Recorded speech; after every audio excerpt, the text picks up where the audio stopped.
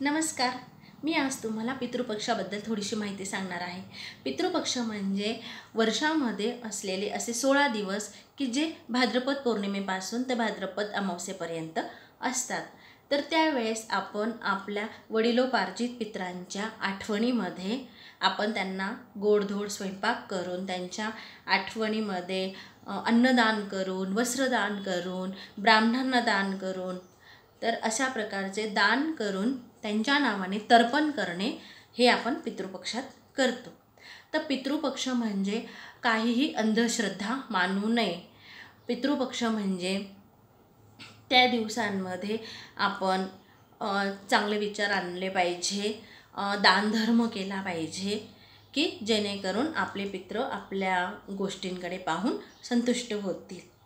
आणि दुसरे कारण म्हणजे भाद्रपद महिन्यामध्ये सर्व प्रकारचा भाजीपाला उपलब्ध असतो आणि पावसाळ्याकडून हिवाळ्याकडे जाण्याचा हा ऋतू असतो.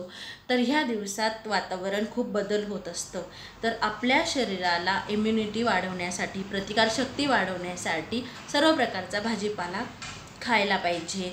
गोड खाल्लं पाहिजे म्हणून खीर करतात, आंबट खाल्लं पाहिजे म्हणून कढी करतात.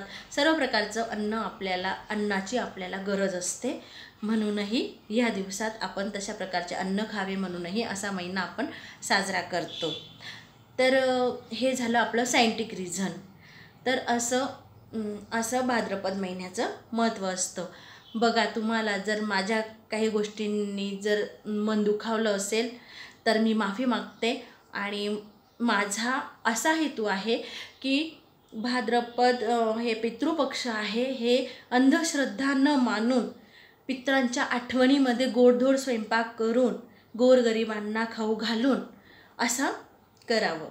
तर बघा, माझं व्हिडिओ जर तुम्हाला आवडला असेल तर शेअर करा, लाईक करा आणि माझे चॅनल सबस्क्राईब करा. थँक्यू.